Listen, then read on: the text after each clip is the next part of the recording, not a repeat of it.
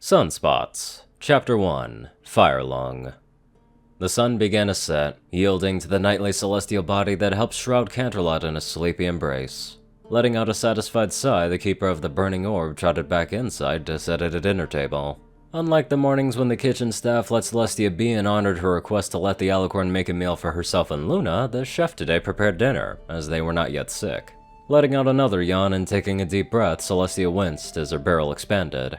Her lungs ached something fierce as if she had let loose a massive sneeze prior. And yet the doctors say there's nothing to be done but let it run its course. My greatest enemy is my bolstered immune system just dragging on the torture. Celestia grumbled to herself, massaging her eyes, tired lines and bags having formed over the past month. And hiding it all just makes me even more exhausted, but nothing can be done about that. I pity Commander Shifting's friends failed to stop this outbreak, but at least they're sending a cure, even in small amounts. No ransom or request for payment, simply giving. Quite odd. The evening epidemiological report, Your Highness. One of Celestia's secretaries remarked, a surgical mask covering the yellow mare's face. Thank you, Filing. Any major changes? Another few thousand infected. Thus far, deaths are concentrated in the already sick or severely weakened. The numbers are similar to a severe feather flu season just across all races. The mare read out from the parchments. The main problem is the number of infected. It's so contagious that it lays out every pony, and even if they're not in any danger, utilities are beginning to suffer. Even with the odd deliveries of the cure, or whatever it is, the infection is outpacing those recovering. It's like an entire flu season hit us in the past 2 weeks. Celestia nodded, sipping at some hot cocoa as her eyes scanned over the simple report. A neat meal of fruit and pastries were set to her side, the alicorn munching on the items as she read. Baltimore, 9,252 cases of fire lung identified, hospitals in overflow over capacity. Request immediate supplementary staff and supplies. Appaloosa, 3,723 cases of fire lung identified. All resources at their limits. Request immediate supplementary staff and supplies. Vancouver, 8,424 cases of fire lung identified. Full capacity but holding. Requesting immediate supplementary staff and supplies. Philadelphia, 11,195 cases of fire lung identified. Resources depleted. Requesting immediate supplementary staff and supplies. The list went on and on, prompting a sigh from the princess. Filing, please split the supply requests evenly, adjusting to the population for each. Any news from the labs? Are there any new developments from there? Filing lead shook her head, flipping through her clipboard to another paper. Nothing from our end, Highness. Magic is ineffective, but traditional medicine seems to at least hold it at bay. Specifically antivirals and antifungals. However, they don't cure it, only alleviate the symptoms. The current best treatment to be cured is just oxygen, rest, and immune system support supplements. Well, aside from the mysterious curative potions that have been received, the advance warning from Commander Sands definitely blunted the impact. Most hospitals were full to bursting with extra supplies when the infection hit full force. She then paused, reading from another paper. A side note from a few of the cities, those cure batches, they're still arriving to the hospitals, 100 doses at a time like we've been seeing, but the labs still haven't been able to synthesize it on our end, nor locate who is sending it, despite the instructions they left with each order.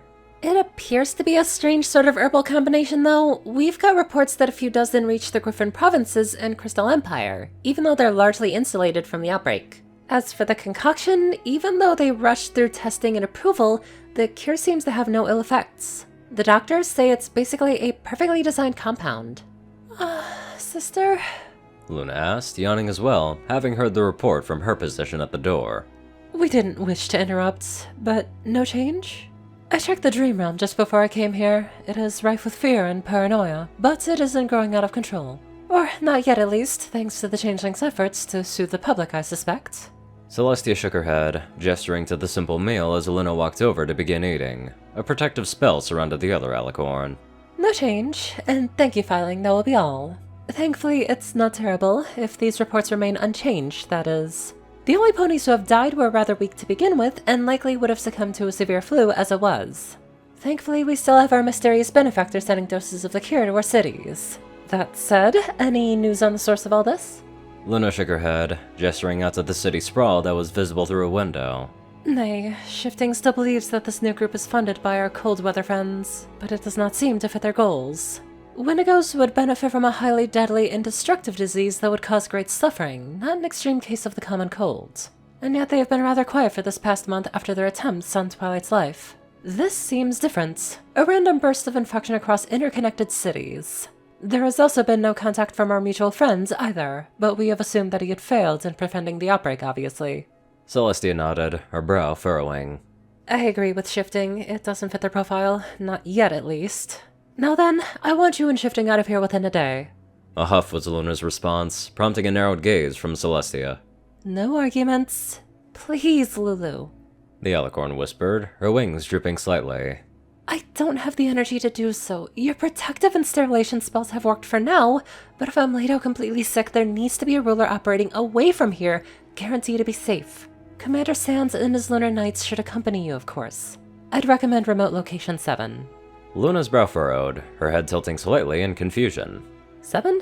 Sister, is that not the code for a honeymoon destination? Oh, Sully, really? The lunar princess gasped, turning beet red as Celestia chuckled, the gesture sending jolts of pain through her sides. I couldn't resist. I think that their location would suit you all well, however. It should have been refitted back when we did that security test with Twilight and her friends. Deep underground and secure, you'll be safe. How are they, by the way? Celestia let out a relieved breath, head bobbing slightly. The elements are unharmed. Twilight put a containment field around Ponyville when the outbreak began to spread. They're almost completely self-sustaining now, and she's working with the other scientists to find a cure via remote laboratories, or reverse engineer the odd mixture that we've been receiving. But that is one less thing to worry about. Luna cleaned her plate, setting it aside with a reluctant nod of agreement. We will not argue, sister. I'm glad to hear the elements are safe, however. We'll depart tonight, and should be operational to assist in courtly matters within a day. She then paused, examining her sister with a critical eye. How are you holding up? For a brief moment, Celestia considered playing down her symptoms, reassuring her concerned sister. The masks of the day were still in place, and it'd be almost easier to keep it that way. No, I've hidden enough from her. Honestly, Lulu, my lungs and entire chest ache something fierce, and I'm exhausted. I haven't felt this out of it in a long time. It's like the flu, but 10 times worse. Celestia admitted, receiving a frown from Luna. Her little sister's eyes, however, looked almost relieved at the admission. I know that you haven't been sleeping well either. You once asked that I do not pry into your dreams, and I have honored such a request faithfully. But please, sister, I will ask again. Will you let me help you? Celestia stared at the table. The nightmares of the past few months slowly burrowed their painful tendrils into her consciousness. In but an hour or two, they will return. My only barrier to such aid being... Yes, Luna, I'd greatly appreciate your help. The Solar Princess admitted. I'd suffered long enough due to my own stubbornness and pride, I think, and I'm just too tired to refuse it any longer. I only ask that you do not stay any longer than necessary. These dreams are personally painful. Everything is so much worse when you're sick, physically and otherwise. Luna blinked, seeing the various masks Celestia wore clattered to the ground within but a few words. Underneath a regal facade, a genuinely hurting and fearful pony looked back at her, causing Luna's heart to ache, as she saw a glimpse of pain her sister had been hiding for so long. Sally, Luna adjusted the protective spell around her body, trotting over to give her older sister a tight and loving hug. I promise to do as much as I can and will honor your request. Thank you, Luna, and take care. Celestia whispered, a slight crack in her voice creeping through. I'm going to bed now, but when I wake, I want you to be gone, safe and sound, or at least on your way out. Luna gave her sister another hug, gently booping Celestia's nose with a huff. Not without saying farewell. I will make sure the preparations are made, however. Celestia smiled, barely managing to walk down the halls towards the room without swaying on her hooves. Passing through one of the many sterilization fields in place at the doorways, the alicorn managed to reach her room without being too out of breath. With a sigh, the ruler barely made it to her bed, before collapsing into the pillows. Her regalia was shed into a neat pile, the alicorn then taking a triple dose of the newest antibiotic and curative remedy the doctors cooked up. She levitated a small empty syringe over, examining it with a critical eye. The mysterious cure sent by the same benefactor that had contacted Shifting those many weeks ago was proven to reduce, if not eliminate the illness from all types of ponies, and allow them to become immune to further infection. Or, well, every other type it would seem, except alicorns. It had proven to temporarily help in diminishing returns for her, but Celestia refused to take more doses that would be partial relief for her. Yet it would deprive her subjects of a so far permanent cure. Other, more traditional methods would have to suffice. Like so many other times, I suppose. I can handle the pain that my little ponies cannot. At least now, I have Luna. It was two of those thoughts that Celestia drifted off to sleep, a thick blanket draped over her frame. Now I see why she's so serious about it. And in a way, it kinda makes sense. A bigger and more powerful being may need a bigger and more powerful cure. Now let's hop on over to our powerful donators. Top donators are 630, Peter Coulthard, J Tinman, Darkside, and Only One Thing. Rayden, Narwhals, Blackmoonheart, Pastel Skies, Austin Rollins, Crazy Color 557, Stu Hex, Sword Brother and Mordred, Omicron Library, Will, Chris, Twinkie, Hadzaza, Rightful, Dospo, and many more awesome people. Thank you all so much for watching this video and live life to the fullest.